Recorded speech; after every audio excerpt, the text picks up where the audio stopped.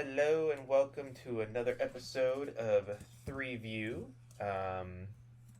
where we review the first three episodes of any given show to see if they catch our interest. I'm Ryan, and then we got Dwayne and Craig here. Hello. Craig's our little audio bot. Kevin is unfortunately out again, but that is okay. He will be back. The purpose of our show is to watch the first three episodes of any given show, kind of see how it catches our interest. So far, I think we've had a pretty good track record. Pretty good series overall. Ningen Fushin was personally my one. I was like, whatever. But Can't all be gold. yeah. We are not currently doing any kind of full series reviews. That may be down the line. We'll see. But basically, we just kind of see, because you can't really judge a series too much on the first episode unless it's just really bad. Like it has to be absolute garbage for it to. And you don't want to watch an entire series just to say, oh hey, I don't like it. So the purpose is basically you watch the first three episodes, and if it catches your interest or if it doesn't. Tonight's episode is a fairly older one, not like a old, but This came out 2014? 4 or 5. No, the manga or the light novel did. The anime came out in 2018. Was it 2018? It feels longer than that. Yeah. That's what I thought. It feels like it's been forever, but no, it's only 2018. Rascal does not dream of Bunny Girl Senpai. One of the ones that we have a mouth load of a title. Oh, they'll get worse though. They will get worse. I have actually never seen this anime before this episode. It's always been on my radar, but I always just keep distracting myself or forgetting. Mm-hmm. And it's not that I was like, it looked good. I'm behind on it, damn near everything right now. I haven't even seen The Mandalorian season 3. All right, it's on season 3. I should probably finish season 1. Season 3 is over. Season 3 is over. Yeah, I've only seen the first couple episodes of Mandalorian. I liked it. I just never went back. I love Mandalorian. I got the whole costume and everything. So, Rascal does not dream of Bunny Girl Senpai. We'll get into the full breakdown, but definitely a series I wasn't expecting to go the way it went. Yeah. For the first couple 3 episodes. I had words for that. I was just expecting like a goofy comedy, and it was like, oh, okay. Mm-hmm. It's one of my favorites for that reason. We'll get there. So it actually started out as a light novel back in 2014, April 10th to be exact. It has currently 12 volumes and is apparently still ongoing. Interesting. So you think 2014 to 2023, 10 years, 12 volumes. It's basically like a volume a year. Just about. It got a manga a year and a half, a little over a year and a half later, December 1st, 2015. It got a manga. It's got 6 volumes, and it's apparently still ongoing. So definitely one of those slow burn series. The anime came out in October 10th of 2018, and the first season ended December 27th of 2018, and it has yet to get a second season, but it actually has 2 movies, one of which comes out next month. I didn't know it had movies. I'm gonna need to track down that first one. Yeah, but Rascal does not dream of dreaming girls or something like that. Is the first one. I'll need to track and the down second that one movie. that's coming out. Yeah, second one that's coming out next month is Rascal's Not Dream of something something sister. Hmm. It was created by, well, written by Hajime Kamoshida and drawn by Keiji Mizoguchi. Um, the artist did not have any pages or any associations that I could find, and Hajime has only worked on one other light novel series, and then mostly has just been doing script writing for several different animes. Okay. The one that the light novel he worked on was Pet Girl of Sakurasu. Oh shit. I think I've seen that one before, but That one's on my I'm not radar. too familiar with it. It looked weird, but I saw a couple clips and Um, it seems deeper than it actually is. So. yeah, that's the one that actually came out. He actually worked on that before Rascals. Yeah. Um, and he was also the screenwriter or a script writer, which really interests me. He was a script writer for Iron Blooded Orphans, the Gundam series, Huh. and that's one of my favorite Gundam series. Well, there you go. So I'm gonna have to definitely keep my I'm gonna have to keep my eye on this guy. So yeah, so it's got two movies. The anime aired in October of 2018. Mm-hmm. The director was Soichi Masui, Mm-hmm. and again, I couldn't find anything other than the fact that he directed this anime. I'd have to do like a super deep dive to see if he's done anything else. It seems. But the anime was animated by Cloverworks. Mm-hmm. They did, they worked on, or they helped work on Darling in the Franxx, because that anime came out, what was it, January 2018? Okay. And Cloverworks was officially founded literally 3 days before they started animating Rascal Doesn't Dream of Bunny Girls. Yeah, October 1st, 2018 is when they officially founded Cloverworks. They must have put all the paperwork And in since early. Well, I mean, I guess they've been working alongside other ones, like they helped with Darling in the Franxx and a couple other ones, Mm-hmm. but ever since then, they've done some pretty big name series, including Promised Neverland, My Dress Up Darling, and Bocchi the Rock, for a few examples. Good for them. So, I think they also worked alongside Wit Studios on Spy Family. Okay. The style, But to my knowledge, Wit Studios, I think does majority of the animation. Mm-hmm. Don't quote me exactly, but so yeah, Cloverworks pretty solid reputation. From what I hear, Promised Neverland season 2 dropped the ball, but that's not exactly the animation's fault. It's the story writing. Yeah, they apparently dropped the manga story and went for an anime only one, and it's not very good from what I've heard. Sounds about right. Get down. Come on. Yeah, that's all I have for the production of it.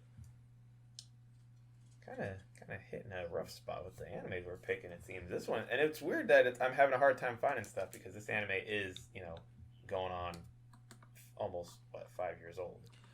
So I don't know a whole lot about the this one in terms of its popularity. I do know that the main girl has transcended the anime. She's one of those characters where a lot of people know who she is, but not a lot of the people know where she came from, kind of thing. So I'm surprised it got movies. In all honesty, I can definitely see that. I mean, to my knowledge, they're trying to work on a season 2, but who's to say? Going right into the first episode, unless Dwayne, you have anything else you want to add? None that I have. Alrighty. First episode is My Senpai is a Bunny Girl. we have our main guy, Sakamoto. Or not Sakamoto. Why did I say Sakamoto? Don't worry, I've been calling him What? Sakuna every time I write his name down. Why did I say Sakamoto? What the fuck? Anyway, Sakuda meets our bunny senpai Mai as they're in the library, and she's in a bunny outfit. Literally, like 3-4 minutes in, we're already seeing the bunny outfit. I'm like, oh, okay. Not gonna lie, you know, I'm super into bunny girls, so it was really like, all right, I can't. Struggling here. Like, I get it's an anime, blah blah blah, but she is still legally, by American standards, underage. So I'm like, God, jeez, stop, look away. Um, so we meet them in the library.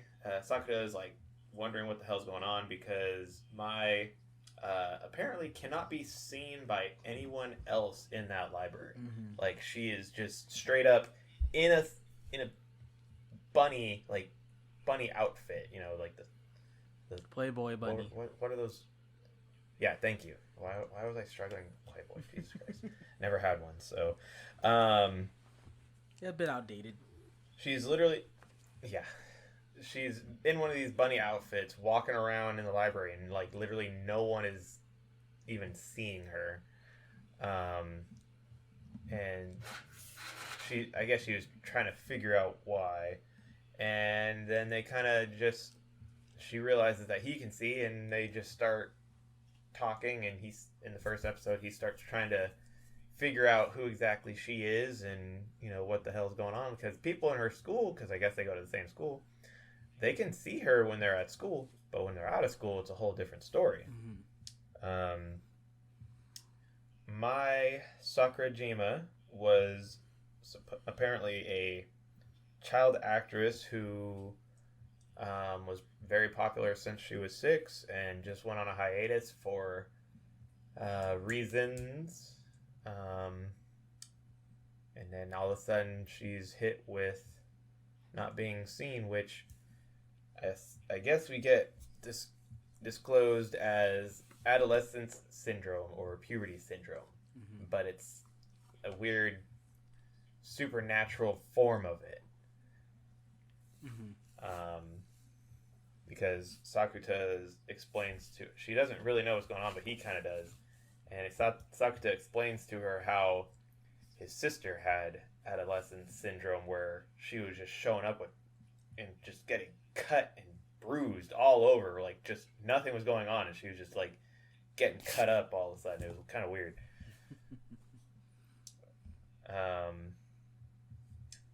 But yeah, that's the first episode. Dwayne, you said this is one of your favorites, so I'll let you Very much so. start with it. So, I'll get to the opening and how it portrays a big old lie later on when we get to episode 3. But basically, everything in this show, in its marketing, well, I think a couple of the trailers might have shown something more happening, but any of the promo art, any of the promo work, you see pictures of Maya in the bunny outfit, you see Sakuta around a bunch of girls, and the show makes you think that it's going to be your stereotypical rom-com harem series. But there's a little more going on underneath. So with the adolescent syndrome or puberty syndrome, it's a thing that gets explained a little better, but it's basically heightened emotions experienced through teenagers and the status quo. So the whole point of us not knowing now in episode 1 is because when this happens, it has to be they're trying to figure it out. It's part of the mystery, and each couple of episodes, you get a little bit more and more of the story of what's going on. So currently, like you said, Ryan, she is invisible outside of school. Why that is gets explained, but the bunny outfit is a test. She's trying to go out in the most outlandish thing she could think of that will get her noticed and see if anyone will notice her. And Sakuta is the only one that can notice her. That is unexplained throughout pretty much the whole show. But it's implied that because he has experience with this kind of phenomenon, that he can kind of portray, he can understand some of it a little better and is immune to some of it for a bit, if not longer than most people. But this whole episode is basically the meetup of our main two, and I really like it. They they bond over the simplest thing of the fact that he can see her. So he's like, yeah, I'll help out. Sure, let's try to figure this out. She's very confused as to why he's trying to help because they mentioned in the show, or in the first episode, that not a whole lot of people talked to her. She went on hiatus from being an actress, but she unfortunately had to start school in the second half of the semester or the term or whatever because she had some prior engagements, contracts can't break, and all that stuff. So friend groups were formed, cliques were made, and being high school being high school, a lot of them were very much set in their ways, didn't want to rock the boat. And so she, for the most part, doesn't hang around anybody. People can see her, they notice her, but they're like, "Oh, that's V Mai. That's the superstar, right? Oh, we can't approach her." And so our buddy here, Sakuta, knowing full well that she goes invisible once she leaves the school grounds, is a weirdo himself from something they keep mentioning called the hospitalization incident. Big rumor goes around. Everyone's afraid of him. Everyone thinks he's weird. The current story going right now is that he sent 3 people to the hospital. Everyone thinks he's some big delinquent. But us, the viewers, we get to see him interact with Mai. And what I really, really, really like is their dynamic together. She's very straightforward, and she tries to act more mature than she is, clearly, but she holds herself very well. Even when he notices her in the outfit, she's like, "Oh, you can see me. Okay, well, goodbye forever." Instead of trying to figure out why, in him being the weird dork that he is, he'll make all kinds of different jokes even when the situation doesn't call for it. But it's very clear that he cares, and the matter of fact nature that Mai has really helps with his weird jokes. So he'll be like, so she'll say, "Hey, we need to go. What do we do?" And he's like, "Well, I don't know. Why don't we go do weird stuff?" And she's like, "No, it's not gonna happen." He's like, "Ah, darn. Oh well." That goes throughout the entire show.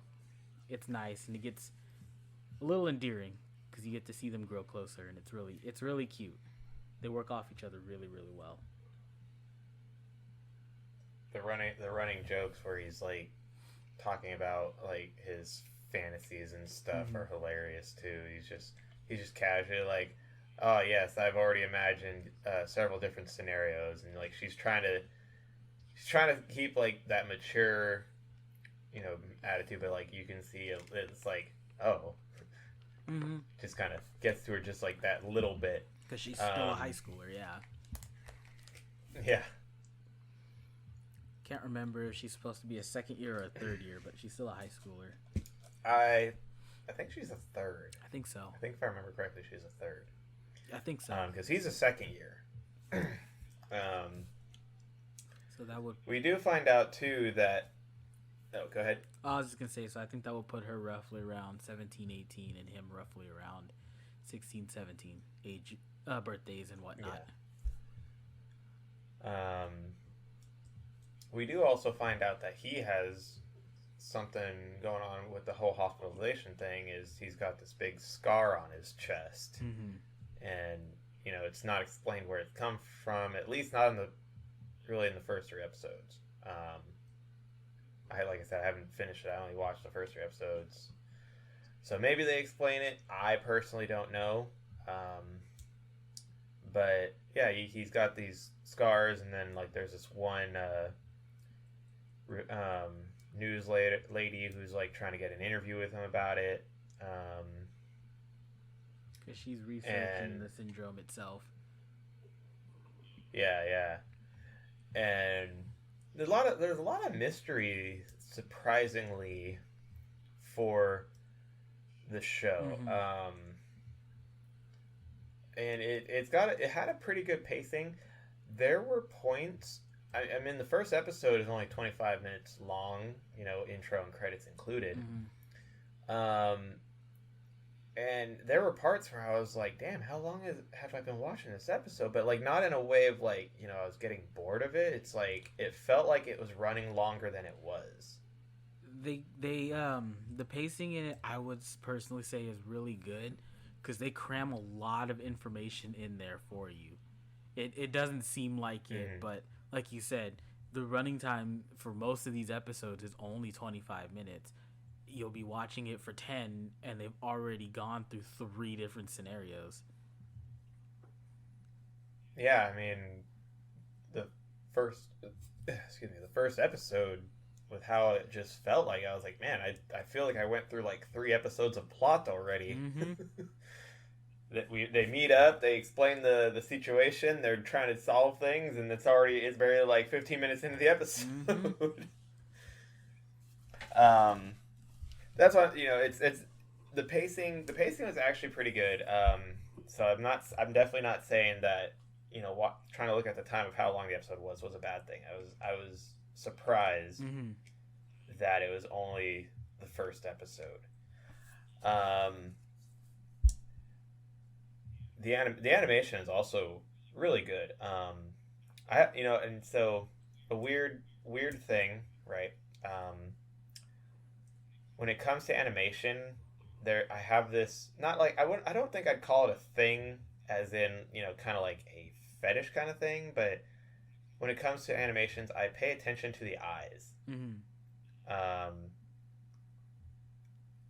For me, eyes are very big on what I notice for animation and kind of how I form my opinions. Mm-hmm. Like Oshinoko has very vivid, bright eyes, for example, is one. But then they have those dark bits, and like the eyes go, and I'm like, oh my god, it's crazy. And then what's that? Dwayne, we talked about it years ago. The mother one, the one with the 2 swords. Oh, Oh god. My mother and her two strike attack, or whatever the fuck it's called. Something like that. Yeah. The eyes creep me the fuck out. They don't really like, I do cannot. with them. I want to watch that series, but I don't know why, but how they draw the eyes just creeps me out, and I can't get past it. I'll be honest with you, dude. You're not missing much. I'm sure, but the mom's hot, okay? I just need to have her wear a blindfold or something. Just look up pictures, you'll be good.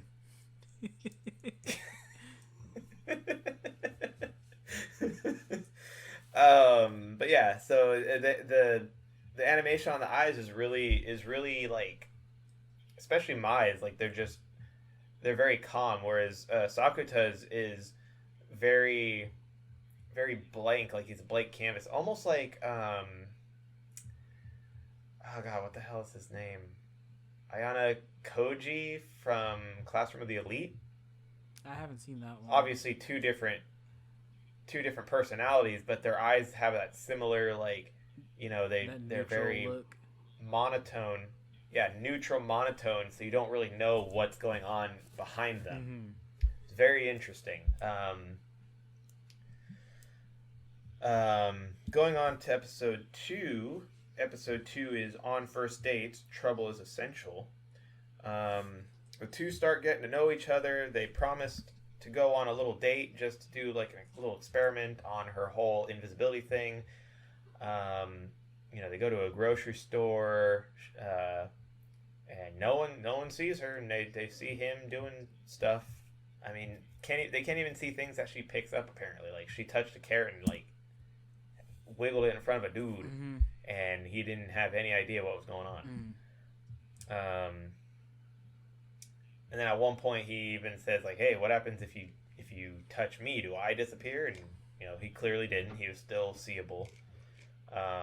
So they're trying to find out the limits of the whole invisibility thing.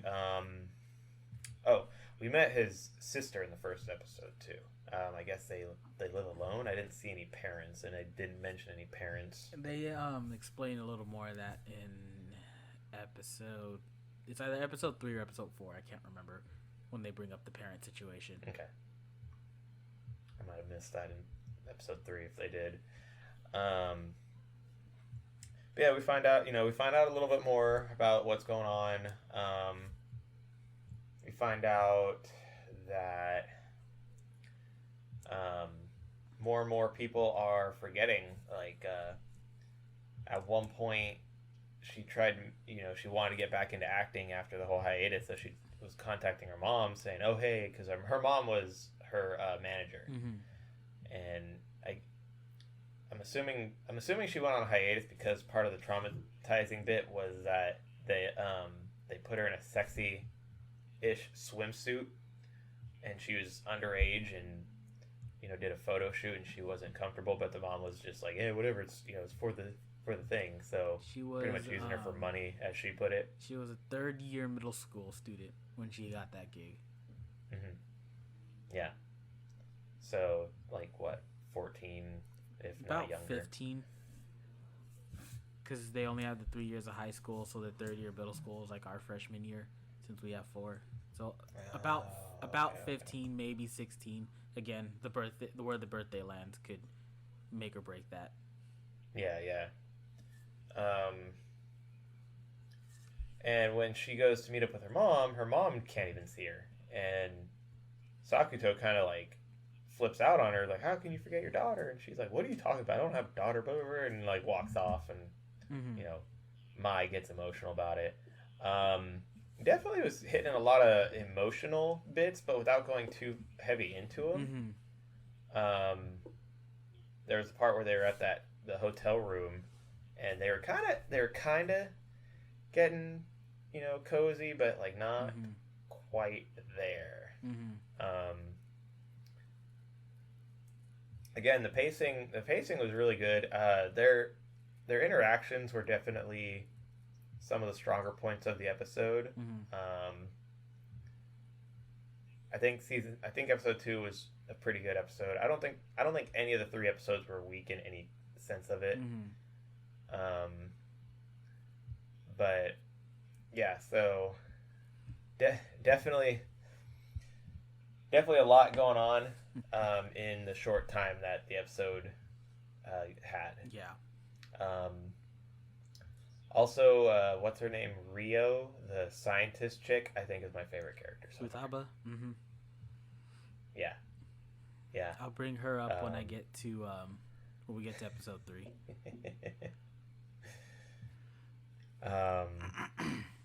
You got any of your thoughts on the episode, Dwayne? Or? Quite a few. So, out of the first 3 episodes, I think episode 2 is my favorite. Just because you see them work off each other a lot more. This is like the best time you see that.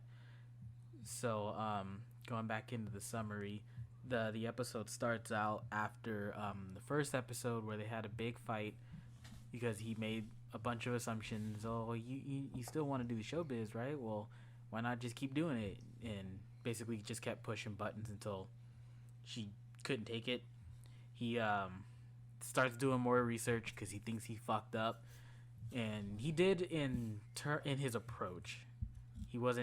He's very blunt and straightforward.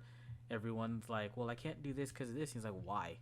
"Well, I can't do this because of this." And he's like, "Just do it. Fuck off. Fuck it. Just do it." And that gets him into trouble a little bit throughout the show because the people he interacts with, they don't see the world the same way he does. And so they meet back up because she was trying to buy groceries and she can't. No one could see her. So they have a small little makeup as they go to the store, and like you said, they start doing their experimentation, seeing what the limits are, and then they do the date to see how far reaching that limit is. If they could find a town somewhere that might be able to see her, and they do a small little explanation with Rio being the lady of science that she is. She gives off a little she is a bit of a reoccurring uh element in these. So minor spoilers, there's multiple different women that he interacts with that undergo some form of this adolescent syndrome. It doesn't just focus on Mai. And anytime something new happens, he goes to Rio and is like, "Hey, what do you think of this?" And for my specific situation, she's thinking, well, she uses Schrodinger's cat example.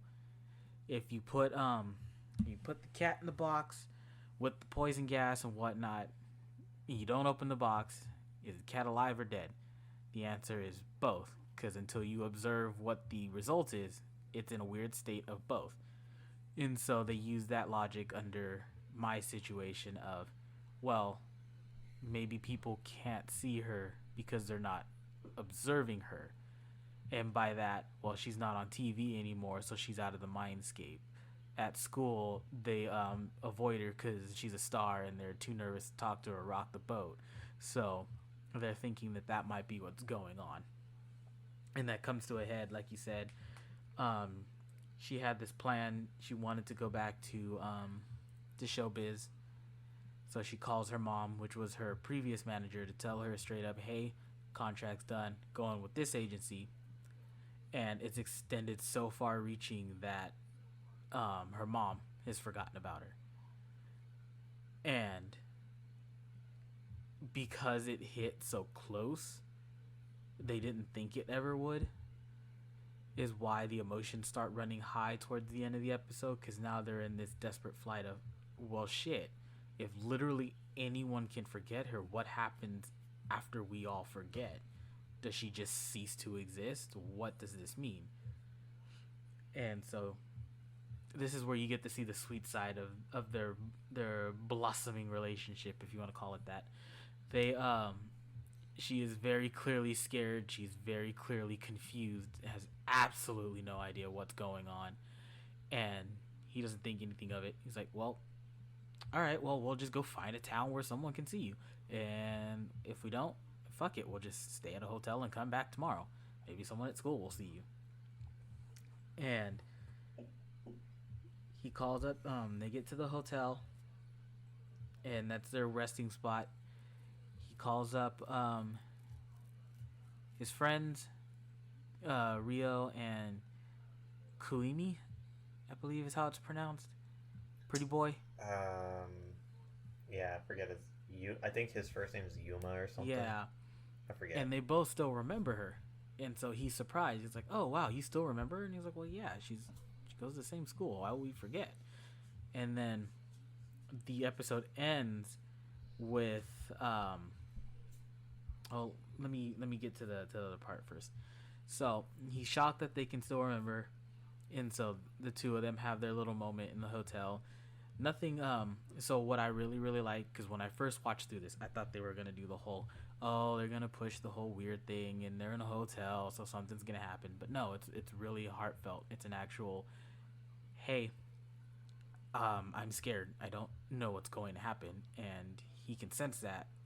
So instead of trying to make things weird or trying to push some kind of incentive or advantage or whatever, he's just there for her, and she starts letting her guard down just a little bit because you can tell she feels safe, and it's nice. You don't see a whole lot of that. Usually there would have been some kind of weird joke about them being together and stuff.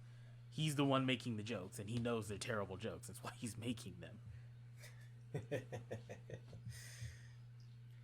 But it's right there when they find out what possibly could be what's going on. And that's where the episode ends, where he couldn't sleep that night, so he still remembers her. Calls up Rio. She couldn't sleep that night. She still remembers her. but everyone else that fell asleep no longer does. And so that brings up the next conflict for episode 3. He's if he were to go to sleep at any point, does that mean he'll forget too? Mm-hmm. Um, One thing we forgot to bring up, because it was a minor part, but I think she becomes a reoccurring character, at least from my knowledge, is the one girl that like jumped out of nowhere to beat him up or try to beat him up at the park. Oh, what made him late? Um, yeah, on his way to his date, he ended up being late because this one girl, I forget her name, um, he found a little girl who was crying and was going to help her, and I guess she was lost and couldn't find her mom. Well, this high schooler girl comes out of nowhere and like kicks him. He's like, "Oh, you're a pedophile creep." Like, no, I was trying to help the little girl. She's lost, and the teenager looks at the little girl and confirms his story. Mm-hmm. And she just like, "Oh, I'm so sorry. I'm okay. We'll make it even." And like she bends over for him to kick her. Mm-hmm. Which then leads them both into a very awkward situation with the cops. Yeah. And I was just like, this is that weird, like, not forced, but thrown in comedy bit. And would you believe me if she I shows told up in you, episode... Would you believe me if I told you that scene has significance in the story? Oh, no. Oh, no. I'll have to keep watching. You don't have far to go, trust me. Okay. But yeah, she actually shows up a little bit in episode 3 as well. So, yeah, like you said, episode 2 is really good. Really good dynamics, really good emotions. Because, Sakuta isn't one of those basic, I have, I don't hide my, or I had my emotions, I don't have emotion, blah, blah. He very clearly has emotions, he just doesn't really do much with them. I don't think that's the right way to put it, but that's the best I can put it.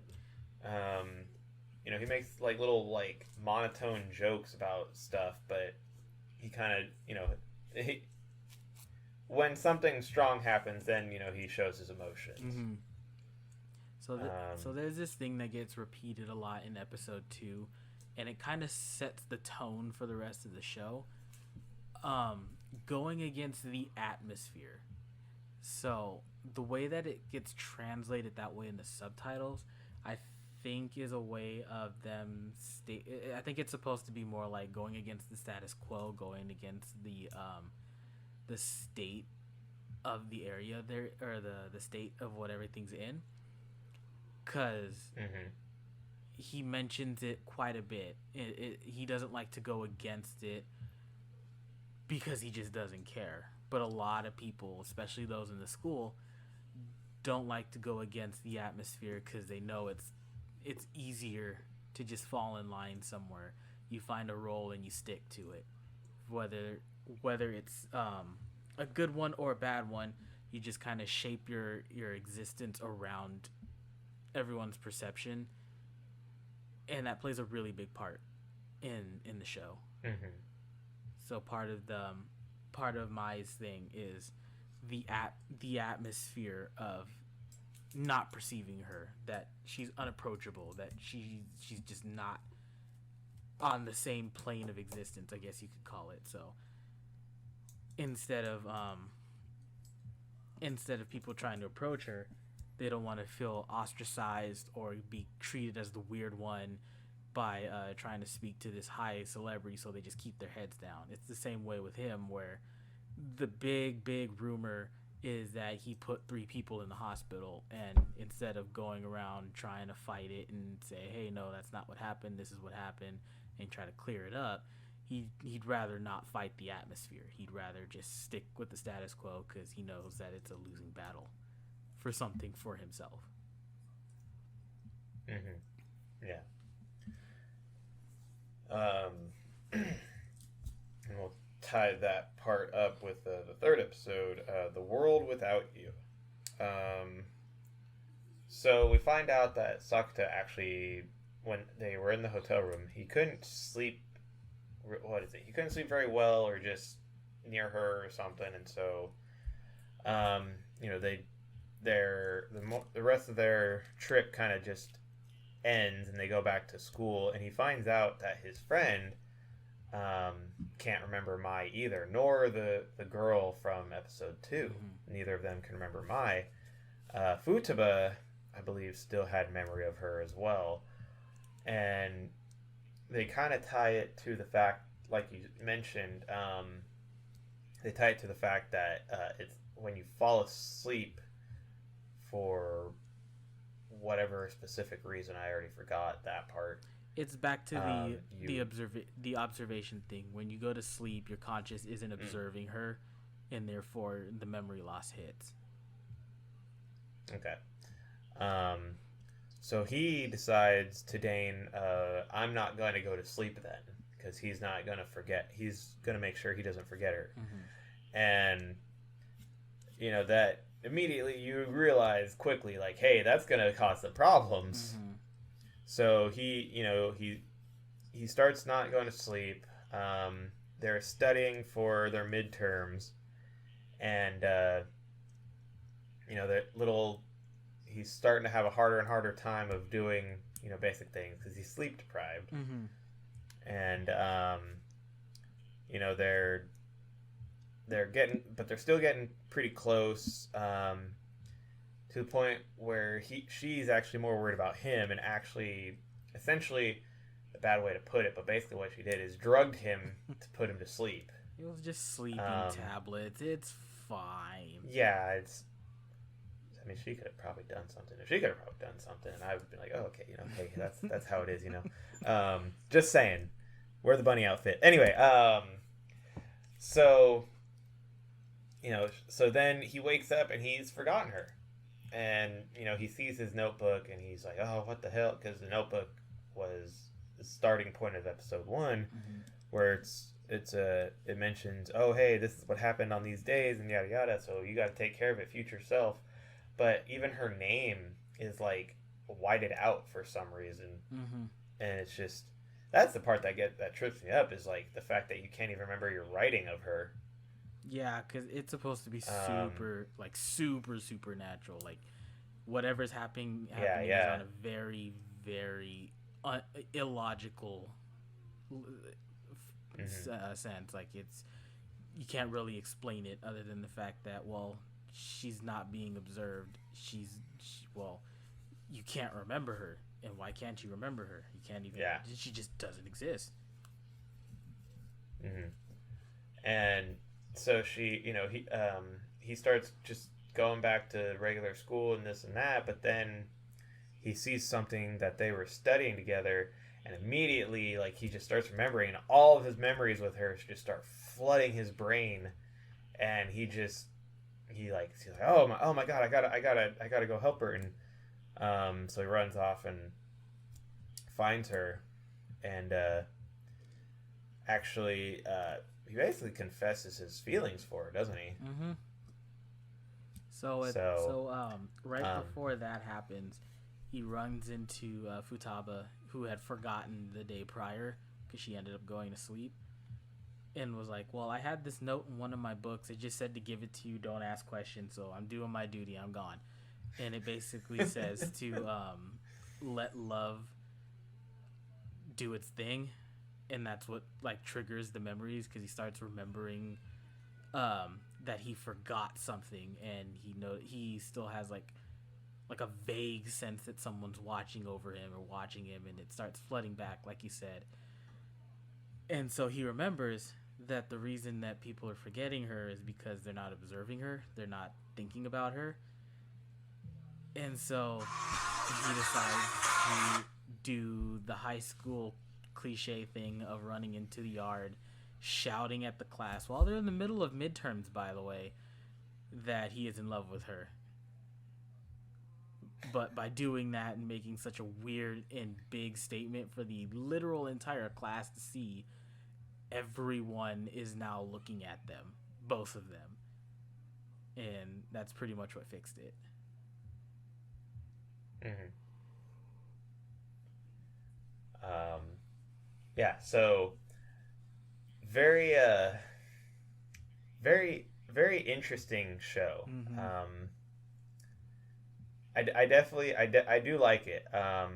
It was it was a lot different than what remembered seeing originally. I thought, like I said, I thought it was just gonna be some goofy comedy rom com thing, like you mentioned, and then the whole supernatural psychological stuff happened. Um, but I was, I'd say I was pleasantly surprised. You know, we talked about it, but the pacing was really good. Mm-hmm. Surprising to me that he kind of confessed by episode 3, but I feel from based on that, I feel like they basically do like a I wouldn't quite call it a monster of the week kind of thing, but they do certain story arcs per couple episodes. I'm assuming. So I'm assuming next episode will go into the next story arc with whoever. So yes, you're completely right. So I wanted to get to this point specifically because episode 3 technically wraps up my story.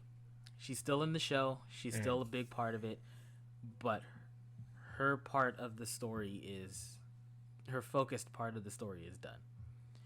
And this is why I wanted to wait till here to talk about it because we didn't bring up the intro. Oh, so in the opening, it starts up and it has Sakuta running alongside the freeway, and it's shot in the exact same way you would see any other rom-com be. It's got this upbeat opening. He's running forward, and they're like he needs to be somewhere, and then it starts showing you a splash screen of all of the girls that are involved in the story.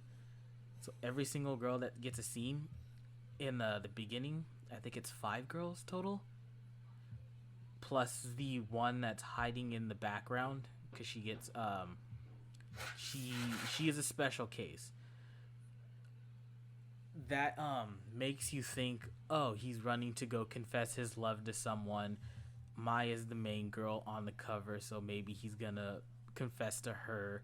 But there's like 4 other girls. Maybe this is a harem thing, and he's got to fight for his right to confess or some shit like that, right? It's like it's shot like a very very stereotypical rom-com opening. That is a lie. That whole opening is a lie.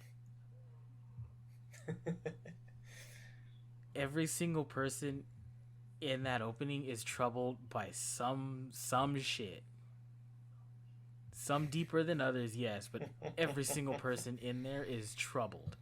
There is something they are going through, and then it gets amplified by the adolescent syndrome. All of it's different, which is what makes the scenes so interesting, what makes the mystery so interesting. All of them are very different, but that intro is a lie. That is a big lie. Well, hopefully it's a good lie. Because like I said, I still haven't seen the rest of the anime. I just watched the first 3. So, I actually started. I can't wait to see some of the other characters. Like I said, Futaba is definitely my favorite. She's in the intro. So far. Yeah, that's true. The sister is also very adorable. I hope nothing bad happens to her, but clearly something did. You look like you're going to say something, Dwayne. Oh, I was just gonna say every single one of them, their stories get told pretty well throughout the show. I can't remember how many episodes there are, but every single one of them gets their stories touched on. Okay. So yeah, overall, definitely an anime I would say worth a watch. It's not actiony. It can be pretty slow at points. So A lot of talking. If you're not really into, if you're not really into the talking and the slow points, maybe not too much for you. Um, I did notice a couple of times I zoned out, but that's just because there's a lot of other things going on. It wasn't because I wasn't interested. Um, so I would definitely recommend it. I know, who would like this? Patrick would like this anime. I've been trying to get I him to think he's watch seen this it. for years. I don't know if he finally sat down to watch it. He did have a rom com kick not too long ago, and I don't know if this ended up on his radar. Oh, he loves rom coms. I'll definitely have to try and get him to watch it. I mean, I finally got him to watch My Hero, and I knew he'd like it, Mm-hmm. but he's like, oh, I don't know. It's like, Patrick, shut up. I know you. Watch it. So, But we didn't touch on it. But episode 3 has one of my favorite things in animes, where they parody the fuck out of products so they don't have to pay them. Like Benny's. So there's Benny's. That's the job Sakusa works at. When he was trying to stay up, he buys all kinds of different energy drinks. I missed one of them because I didn't recognize it. But he doesn't have Monster. He has Phantom. Has almost the exact same logo. Oh my god. I didn't even piece that together. And my favorite one was Blue Bull. And it looks almost the exact same. It looks almost the exact same. It just says Blue Bull instead of red. It's fucking stupid. I'm almost surprised they didn't call it like Blue Cow or something. Like It's Whack Donalds and shit like that. I love it. I love it. I love seeing it. I love getting to see them redesign these logos. And it's it's not that. It's this.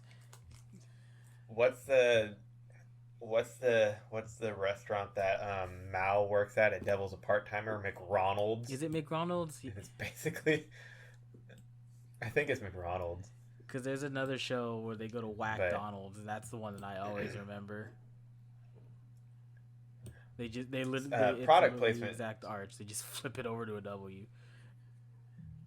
Talking about product placement, Code Geass straight up uses Pizza Hut. In fact, C2 even has a plushie of the Japanese Pizza Hut mascot. So that was, if I remember correctly from looking that up, that was an actual brand deal in Japan. They had to. Yeah. They took a bunch of that out here. Because they didn't agree. I wish they on kept it. I really wish they kept it. I think but then again, that was still that was 2006. So people were still like, "Ooh, anime's gross,"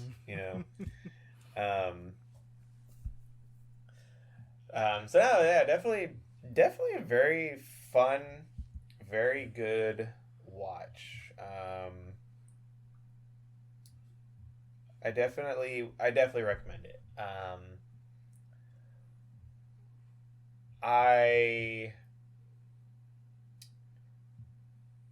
What was I gonna say? I lost my train of thought.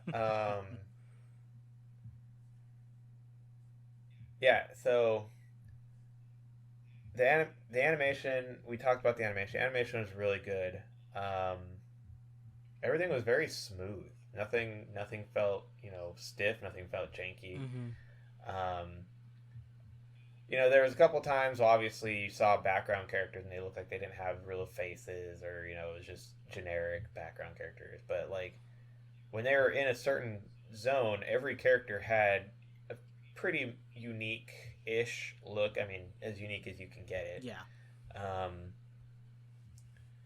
And so I definitely appreciate that, because that's another important thing too. Is you gotta have a good background. You can't, you can have the story. God, I'm trying to remember. There was a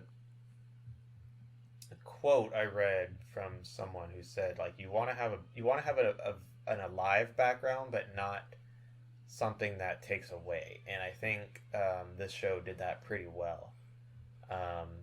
You had your characters walking around, but like nothing took away from the characters. Mm-hmm.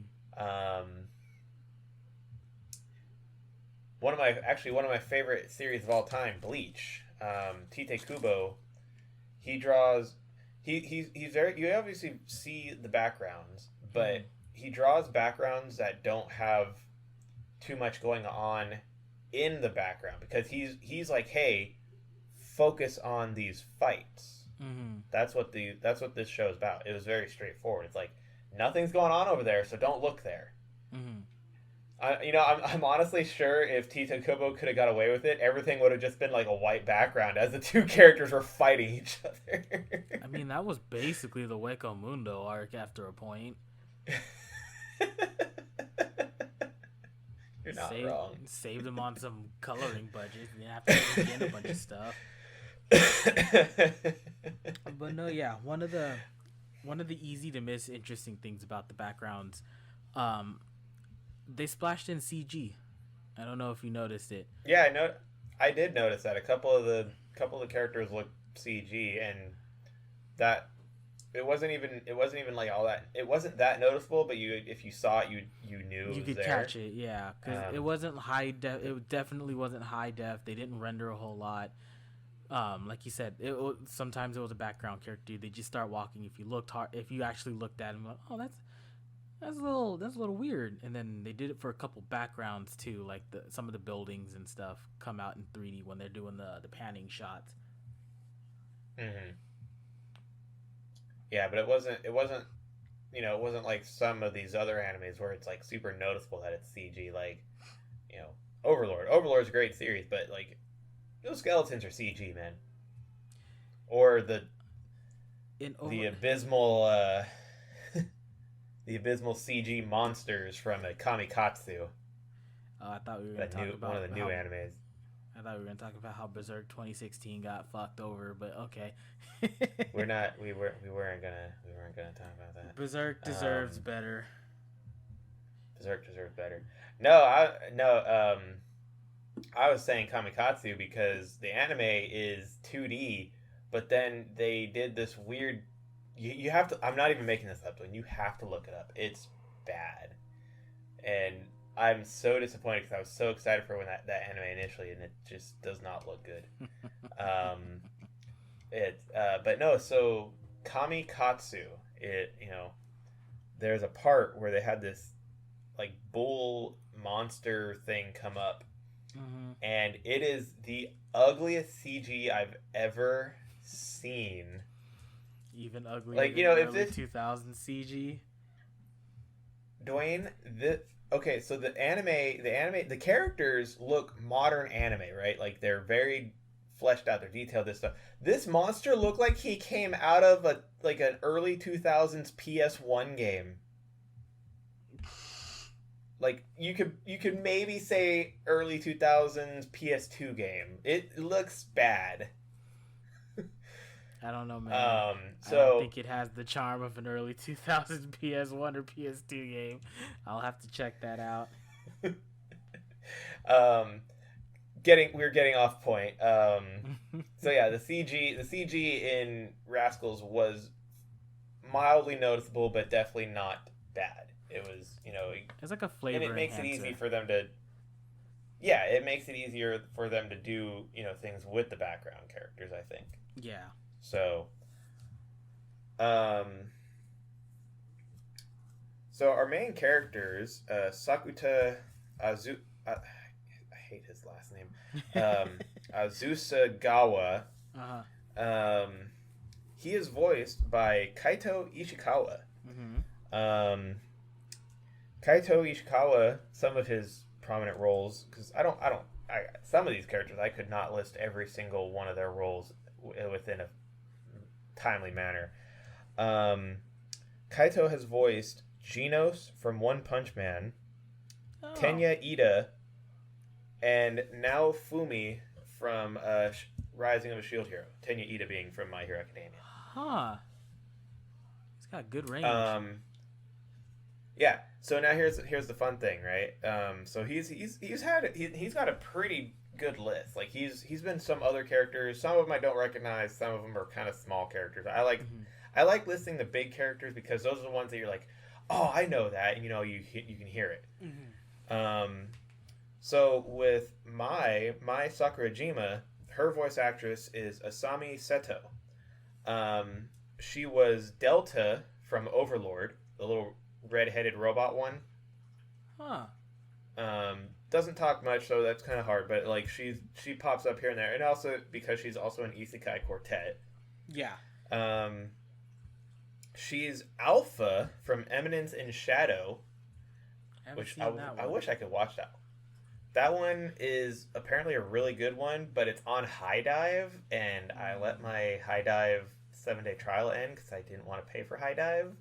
Just make another account. Just make another email. You'll be good. Yeah, I do need to finish Oshinoko and, you know, Dungeon and all. Anyway, she was also Fena from Fena Pirate Princess. That was one I was trying to get a couple of different people to watch because like it was interesting. The story was different, but wasn't anything stand out. But definitely something worth a watch, I would say. But yeah, so she's Fena. But here's another thing, right? So it turns out Rascal Doesn't Dream of Bunny Girls is not the only anime our two main characters worked with, because she is Raftalia in Rising of the Shield Hero. That explains how well they work together. The voice actor and voice actress, they've got really good chemistry. You could tell. Yeah. Yeah. I mean, you got now Fumi and Raftalia as the main guy and girl of another anime.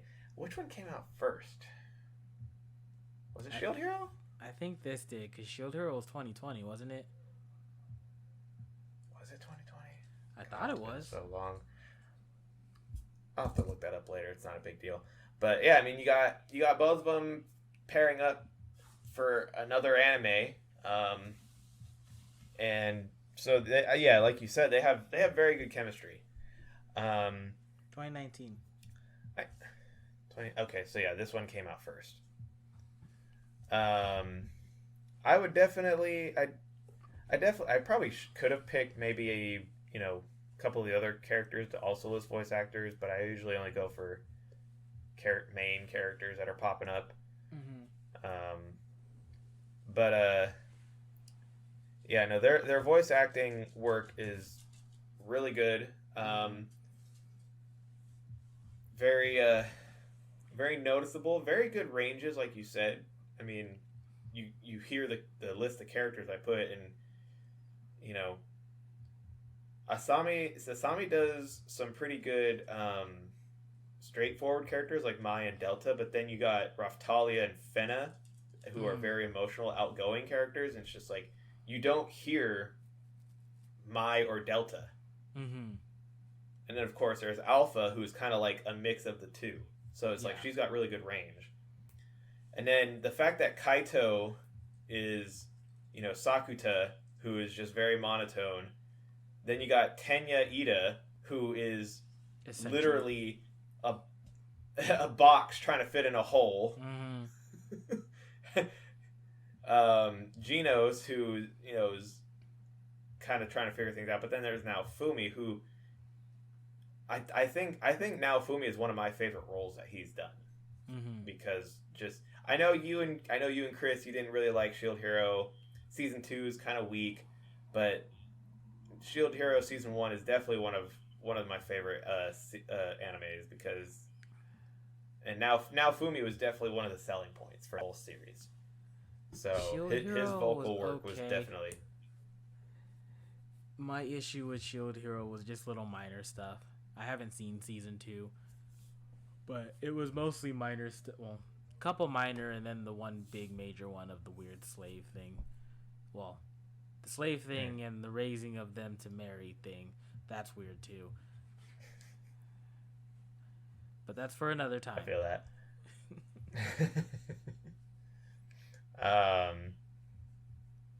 Yeah, so I would definitely say the anime is definitely worth a watch. 8 or 9, 8.5 out of 10 if I were to rate it. I'm definitely curious to see how the whole adolescence syndrome goes for the rest of the show and the rest of the characters.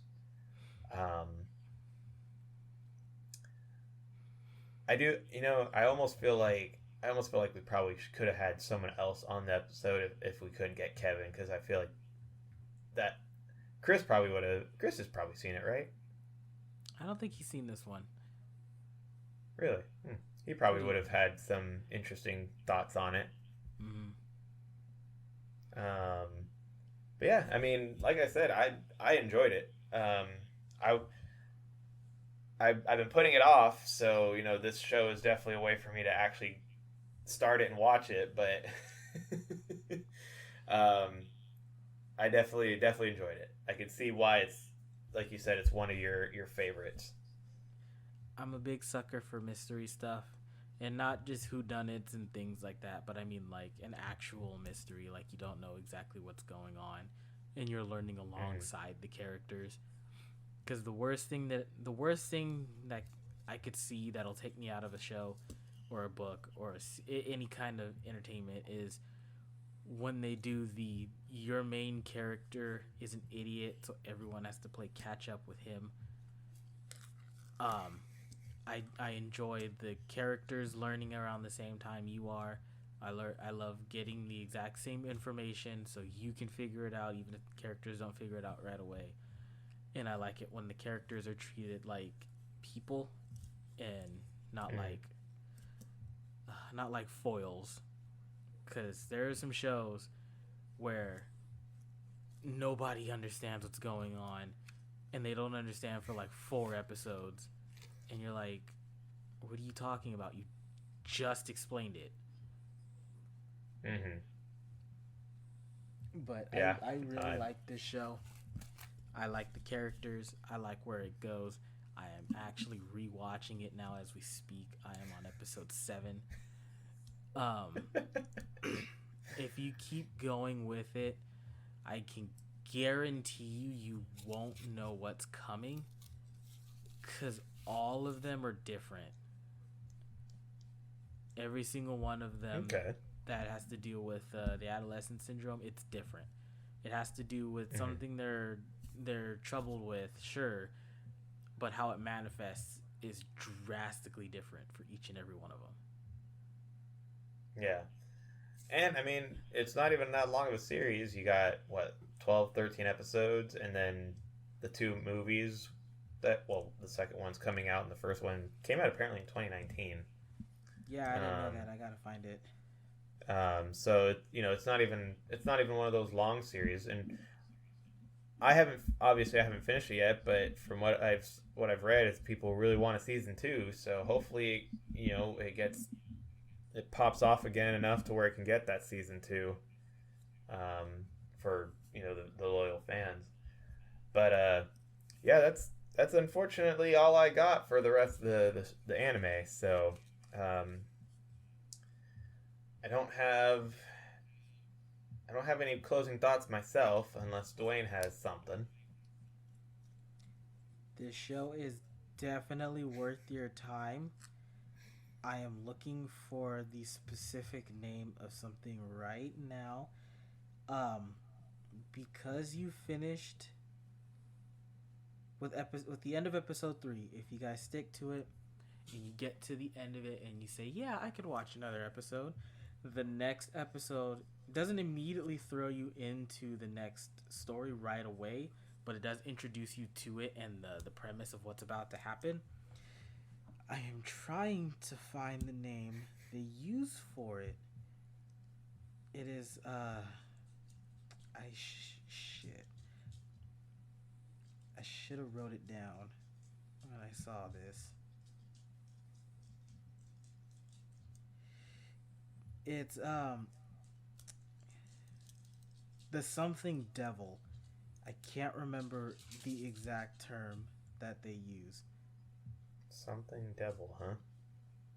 Yeah, it doesn't really help. Chainsaw Man fans are flipping out at that point. Just devil.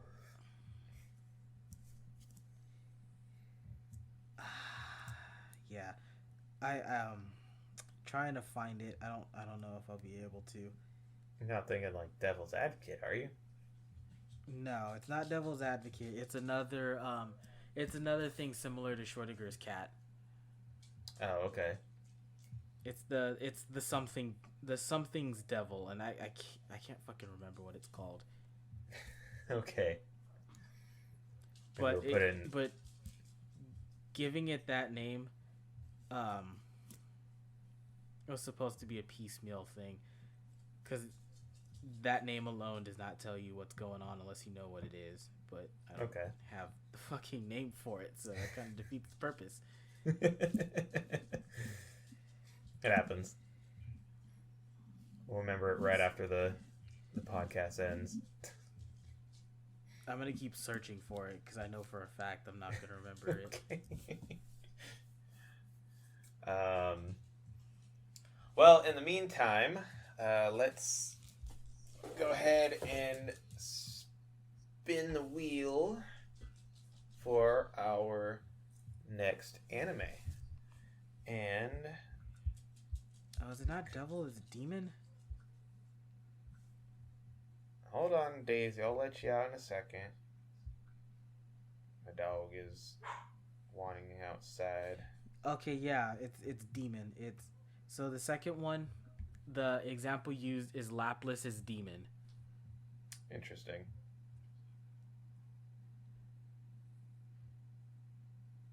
Laplace is demon. I've never heard that term before. They explain it a little bit. Okay. Well, let's see. Let me mute myself and spin the wheel.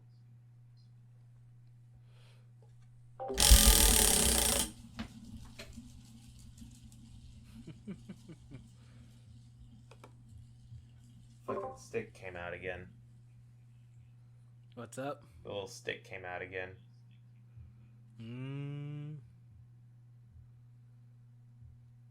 Alright, we have... Is it red again? No, it's green this time. It's My Home Hero. My Home Hero. Okay. That's the one. Add that. That's the one where the daughter gets abused and the dad takes it into his own hands. That one. Oh, fun. That one definitely we need to have Kevin on for. Maybe maybe we'll see if Patrick can make it too. Maybe Patrick would. Maybe we can introduce our first guest. Yeah, we can give it a shot. So we'll see how the week goes. If Kev can join us, we'll do what Oshinoko then. Finally do that one. Mm-hmm. Yeah, catch up on that one, and then if not, we'll do My Home Hero. Okay. Yeah. So. Alrighty. All right. That's the end of the show then. Catch you guys later.